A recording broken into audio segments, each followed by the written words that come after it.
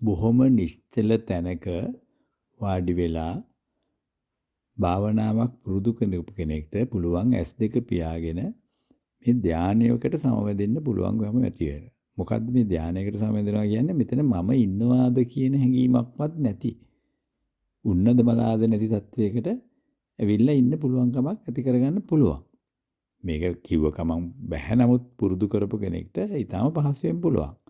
වෙන කිසිම දෙයකට තමන්ගේ සිතිවිලි යොමු නොවෙන්න. මොකද සද්දයක් ඇහෙන්නේ නැත්නම් මොනවත් S2 පේන්නේ නැතුව S2 වහගෙන ඉන්නවා නම් ඉතින් කන් දෙකයි S2 ඇරුණම දිවට මුකුත් වැටෙන්නේ නැහැ නේ කොහොමදත් ඔය වෙලාවට. ඇස කන නාසය දිව ශරීරය වහලා තියෙන වෙලාවක සිත එකතෙන් කරගෙන ඉන්න පුළුවන්කම ඇති වෙනවා. ඕකට. ඒතකොට එන්නේ එහෙම සමාධිමය ගුණයක් වර්ධන කෙනෙක්ට තේරෙනවා. ඇත්තටම මේ මම මෙතන නැහැනේ කියලා වගේ තත්ත්වයක්. දැන් ඇත්තටම ඒක අත්විඳින්න පුළුවන් තත්ත්වයක්. ඒතකොට අන්න එහෙම භාවනාවක් පුරුදු කරපු කෙනෙක්ට උනත් ඒ භාවනාව ඉවර කරනවනේ. දැන් අපි හිතමු පැයක් හිටිය කියලා එහෙම. ආයෙ S2 අරපු ගමන් යමක් පේනවා. කන් දෙකට එළියට ආපු ගමන් යමක් ඇහෙනවා. දැන් මේ ඇහෙන, විඳින, හිතන, පේන දේවල් නවතින්නේ නැහැ. ඇස් අරපු ගමන් අර හිතපු ධානමය තත්වයකින් දිගටම ඉන්න යන්න බෑ. අන්න ඒකටයි මේ ආර්ය සම්මාදිට්ඨිය කියන එක අපිට ඕන වෙන්නේ. අර විදිහට භාවනා කරන සීල සමාධි මේ ගුණය වඩන කෙනෙක්ට ඇත්ත වශයෙන්ම පුළුවන්කම ඇති කරගන්න පුළුවන් මේ ප්‍රඥාව කියන එක වර්ධනය කරගන්න. මේ ප්‍රඥාව කියන්නේ මේ මහ ලොකු දේවල් දන්නවා කියන එක එහෙම නෙමෙයි. මෙන්න මේ කතා කරන භාග්‍යවතුන්සේ පෙන්ලා දෙන ආර්ය සම්මාදිට්ඨිය වැඩි දියුණු කර ගැනීමයි ප්‍රඥාව කියන්නේ. දැන් ඒතර මොකද්ද මේ නිකන් අර අපි කතා කර සම්මාදිට්ඨිය එතනදී භාවනා කරන බොහොම හොඳ වැඩටම Tamanද යහපතක් කරමින් ලෝකටද යහපතක් කරන ජීවිතයක් තමයි අර කම්මස්සගතා සම්මාදිට්ඨිය කියපු තැන. මේ ඉන් එහාට ගියේ ප්‍රඥාව වැඩි දියුණු කර ගැනීමක් සඳහා තමයි මේ ආර්ය සම්මාදිට්ඨිය කියලා එකක් භාග්‍යවතුන් වහන්සේ දේශනා කරන්නේ. ඒක අනිවාර්යයෙන්ම මාර්ගස්ත වීම සඳහා අත්‍යවශ්‍යම වෙනවාමය. එහෙම නොවන තැනක තමයි භාග්‍යවතුන් වහන්සේ සිද්ධාර්ථ තවුසා හැටියට කවදාවත් තමන් බුදු බව ප්‍රකාශ නොකර අර ආලාර කාලාම තවුසන්ගෙන් පවා එහාට ගිය සමාධිමය ගුණයක් වැඩුවත් කවදාවත් බුදු වූ බවක් ප්‍රකාශ නොකර යන්නේ එතනයි. මේ බුදු වූ බව එහෙම නැත්නම් මේ අපි මේ කතා කරන බුද්ධ දර්ශනය එදා ඉඳන් අපිට මේ කියලා දෙන්නේ ඔන්න ඔය කතන්දරේ අපිට අවබෝධ කරගන්න මේ ආර්ය සම්මාදිට්ඨිය වර්ධනය කර ගැනීම සඳහා තමයි අපිට එතන තමයි මාර්ගය ආරම්භ වෙන්නේ. සෝවාන් සකෘදාගාමී අනාගාමී අරහත්ත්වයට දක්වා යන මාර්ගයක් ඔය ආරෙමෙන්නේ. ඒතර මේක බොහොම වටින දෙයක්. දැන් ඒතර අපි බලන්න ඕන මොකද්ද මේ ආර්ය සම්මාදිට්ඨිය කියමින් කියන්නේ කියලා. මේ මොකවත් නෙමෙයි. මෙතන මේ මොහොතේ අර මං කිව්වා වගේ දැන් භාවනාව කරපු කෙනෙක් ඇස් අරපු ගමන් එයාට පේනවා යමක්. පේනවා. ඒක ඇඳින ගන්නවා. එතන නෙමෙයි ප්‍රශ්නේ. දකින්න දේ ඇඳින ගැනීම නෙමෙයි ප්‍රශ්නේ. දකින්න ඇඳින දේ ඇඳින ගැනීම, ඇහෙන දේ ඇඳින ගැනීම, විඳින දේ ඇඳින ගැනීම, ඔය ඇඳින ගැනීම කියන දේ. එහෙම නැත්නම් මේ විඥාණය කියන දේ. මේක වෙනවා. මේවා වෙයිලා පංචස්කන්ධ. වේදනා සංඥා සංකාර විඥාන වශයෙන් රූපයක වෙන දැන ගැනීම. රූප දැන ගැනීමක් නොවෙනවා හිම නෙමෙයි. නමුත් මෙන්න මේ දැන ගැනීම අපි කිලිටි කරනවා උපාදානස්කන්ධයක් දක්වා වර්ධනය කරනවා හැමතිස්සෙම දැක්ක දෙයට අගයන් දෙනවා අපොයි මේක නම් අදහරිනේ අරකට හොඳ නෑ මේක හොඳ නෑ අර මනුස්සයට ගියා නම් ඒක ඊට වැඩිය හොඳයි ඕවා මේවා ලෝකෙ නැති සිතිවිලි වලින් මේ සිතිවිලි වලින් කරන කිලිටි කිරීම තමයි මේ උපාදානය.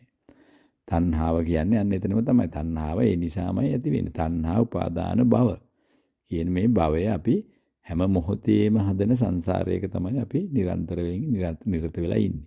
ඉතින් මෙතනින් ගැලවෙන්න ඕන කෙනෙක්ට විතරක් පුළුවන් වෙනවා. අන්න අර ආර්ය සම්මාදිට්ඨිය. මොකද්ද මේ ආර්ය සම්මාදිට්ඨිය කිව්වේ?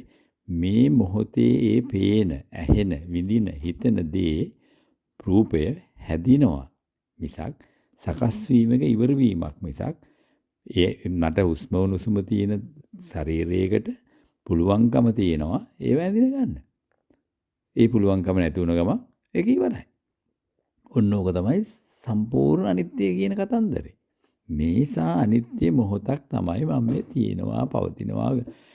ඒක තියෙනවා පවතිනවා කියන එක නැතිවම කියන්නේ අනවශ්‍ය දෙයක්. මේ ලෝකේ මේ මොහොතේ වෙනකොට ලෝක යුද්ධ ඇති වෙලා තියෙනවා. අපි දන්නවා ඇමරිකාවේ ඩොනල්ඩ් ට්‍රම්ප් පිස්සු කරනවා. මේ රටේ ආර්ථිකය කඩා වැටෙනවා. දැන් අලුත් ආණ්ඩුවක් ඇවිල්ලා මේක උඩයි දායද කියලා අපි හිතමින් ඉන්නවා. ඉතින් ඔය දේවල් නොවෙනවනේ. ලෝකයේ පැවැත්ම ඒ ආකාරයෙන්ම හේුණාවේ. අපි මේ කියන්නේ මේ පැවැත්ම විඳින කෙනෙක්. මේ මොහොතේ සකස් වීවර වීමක් පමණයි වෙන්නේ කියන දර්ශනය. දැක්ම තමයි මේ ආර්ය සම්මාදිට්ඨිය කියන්නේ. මෙච්චර අනිත්‍ය මොහොතක මේ මොහොතේ හුස්ම ගියොත් මොනවද මට තියෙන්නේ? අර ලෝකයක් මට තියෙනවද? ඩොනල්ඩ් ට්‍රම්ප් මතක් වෙනවද ආයි මට? කොහොමදවත් නැහැනේ. එතනින් ඉවරයි. ඉතින් මේක මේ ස්විච් එකක් ඉවර වුණා වගේ ඉවර වීමක් නෙමෙයි. නමුත් ඉවර කරගන්න පුළුවන් අපිට අන්න අර දර්ශනයත් එක්ක ජීවත් වෙන්න එක්ට.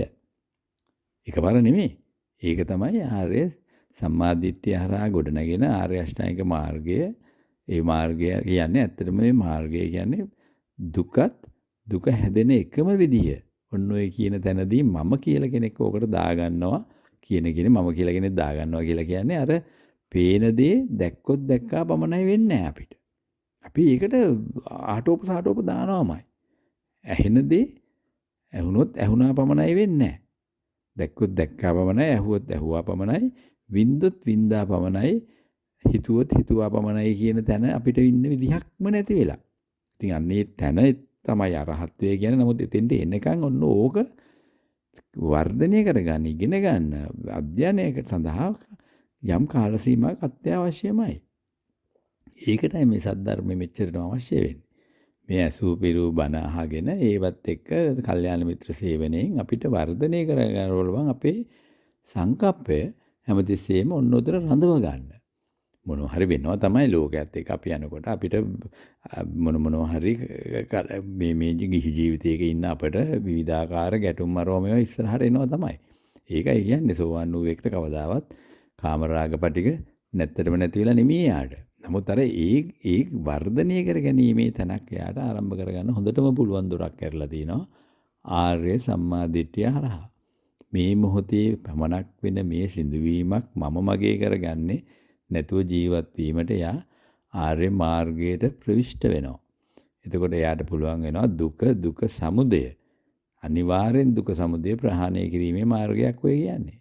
මේ මාර්ගයේ එයාට වර්ධනය වෙන්නේ මොකද්ද? දුක්ඛ නිරෝධ සත්‍යයක්ම වෙනවා. එයා දුක නිරෝධයයි අත්විඳින්න දැන්. ඒ ඉස්සර වගේ දුකක් එයා රඳව ගන්නෑ. රඳව ගන්න නැති විදිහට එයාටමයි තේරෙන්නේ. වෙන කාටවත් නෙමෙයි. අනික් මිනිස්සු බලනවා වටපිට මිනිස්සු ඔක්කොම ඒ ලෝකේ හැමෝමට හිතනවා මේ එයත් අර විදිහමනේ. ඔව් ඒ විදිහම තමයි. වෙනද විදිහටමයි අඳින්නේ. මේ මං කියන්නේ ගිහි ජීවිතයක් පිළිබඳ. ඒ වෙනද පුරුදු ඒ විදිහටම වගේ පේනවා. නමුත් එයාගේ තුල එයා මහ විශාල අභ්‍යන්තර වර්ධනයක් එයාට වෙමින් පවතිනවා. ඒක දකින්නේ එයා විතරයි. අන්න ඒකයි නිරෝධය. දුක්ඛ නිරෝධය එයා අත්විඳිනවා කියන්නේ අන්න ඒක. තාම නිරෝධය සාක්ෂාත් වෙලා නැහැ. නිරෝධය සාක්ෂාත් වෙන නිර්වාණය අනිවාර්යෙන් අත්විඳිනවා. නමුත් ඒ කියන්නේ මේ සහනය අත්විඳිනවා. අර ඇස් දෙක පියාගෙන කන් දෙක ඇහෙන්නේ නැති තැනකට වෙලා හිටපු සමාපatti සුවය එයාට පුළුවන් මේ ඇස් අරගෙන කන් අරගෙන ඔක්කොම ශරීරය අරගෙන ඒත් එයාට ඒක විඳින්න පුළුවන්.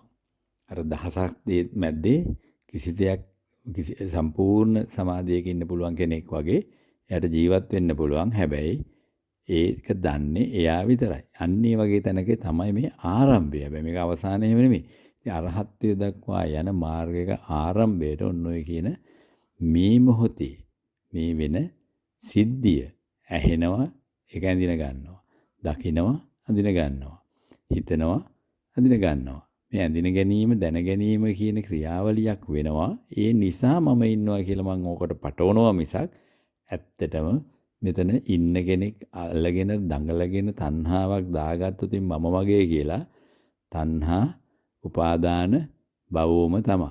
භවය හදනවාම තමයි සංසාරේමයි ඉන්නේ. ඉතින් එන්න සංසාර විමුක්ති සඳහා මාර්ගයට එන කෙනෙක්ට පමණක් ඔන්න ඔය ආර්ය මාර්ගය විවෘත කරගන්න පුළුවන්. ආර්ය ශ්‍රාවකෙක් වෙන්න පුළුවන්.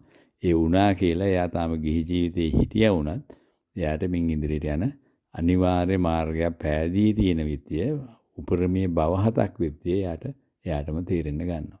දැන් මේකම කියන්න වටිනවා අර ස්විච් එකක් ඕෆ් ඕන් කියන කතාව. දැන් සමහරෙක්ට හිතෙනවා මේ ස්විච් එකක් ඕන් කරා වගේ මේ උප්පත්තියක් ලැබිලා තියෙනවා. මේ උප්පත්තියේ අපි ඕෆ් වෙනවා, මැරෙනවා ඉවරයි. මොකවත් නැහැ, කොහෙවත් යන්නෙත් නැහැ, ආයන් නැවත ඉපදීමකුත් නැහැ, මොකවත් නැහැ කියලා. දැන් එහෙම හිතන අයට ඒක ඇත්තටම හිතෙනවා හොඳ දෙයක් කියලා. ඇත්තනේ ඉතින් මොකුත්ම නැහැ අපිට. මේ මැරෙන කියලා කියනවා එච්චරයි, මේ ඉන්නවා මැරෙනවා එච්චරයි. මොන දෙයක්ද මේව අල්ලගන්න නැතුව හිටියම ඉවරනේ කියලා. ඔන්න ඔහොම හිතවිලි තියෙන අයට තමයි අර මිත්‍යා දෘෂ්ටික කියලා කෙලින්ම භාග්‍යතුන් වහන්සේ කියන්නේ මේ සීල සමාධිය කියන එකටවත් අහලකටවත් එන්න බැරි චරිත. දැන් ඒ අයට නොතේරුණාට ඒ අයගේ ඔය කියන තර්කයක් හැටියට ගත්තොතින් අපි හොඳයි. මේ උපතක් ලැබලා තියෙනවා අපිට ස්විච් එකක් දාලා තියෙනවා ස්විච් එක ඕෆ් වෙනවා මේ කාල සීමාව තුල. එයාට ඕනම ජරා වැඩක් වුණත් කරන්න පුළුවන් ඕනෑම හොඳ වැඩක් වුණත් කරන්න පුළුවන් කෙනෙක් කියයි නෑ අපි හොඳ වැඩ විතරක් කරමින් ඉන්නවා කියලා. සීල සමාධියක් අවශ්‍ය නැහැ කියලා. ඉතින් අන්න එතනයි තැන.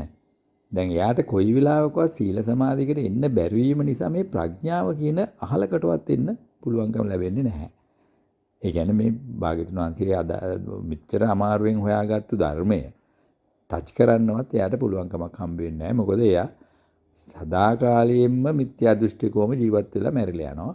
හැබැයි එයා ඉන්න තාක් කල් එයා ජීවත් වෙනවා. එයාට ලෙඩෙක්, මහල්ලෙක් ලෙඩෙක්, මලකඳක් එක්කම තමයි එයා ජීවත් වෙන්නේ.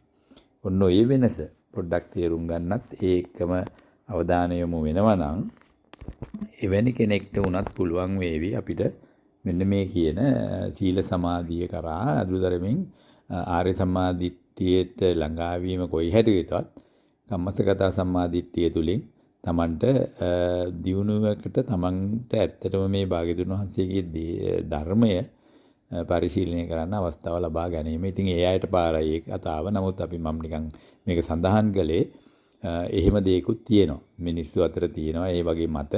ඒ මතවල දන්න ඒ මත දරන්න එහෙමමයි ඒ මත දැරීම නිසාම එයා නියත මිත්‍යා දෘෂ්ටියක් ජීවත් වෙලා අනිවාර්යෙන් අපාගත වීම කියන తত্ত্বය. අපි ඒක ගැන වෙනම කතා කිරීම අවශ්‍ය නැහැ. නමුත් කිසිසේත් ඊගාව භවයක මේ ලද මනුෂ්‍යාත්මයවත් ලබලා මේ ජීවිතය යහමගට ගත කිරීමේ කිසිම ගැරන්ටියක් එයාට නැහැ කියන එක අවධාරණය කරන්නව වෙනවා.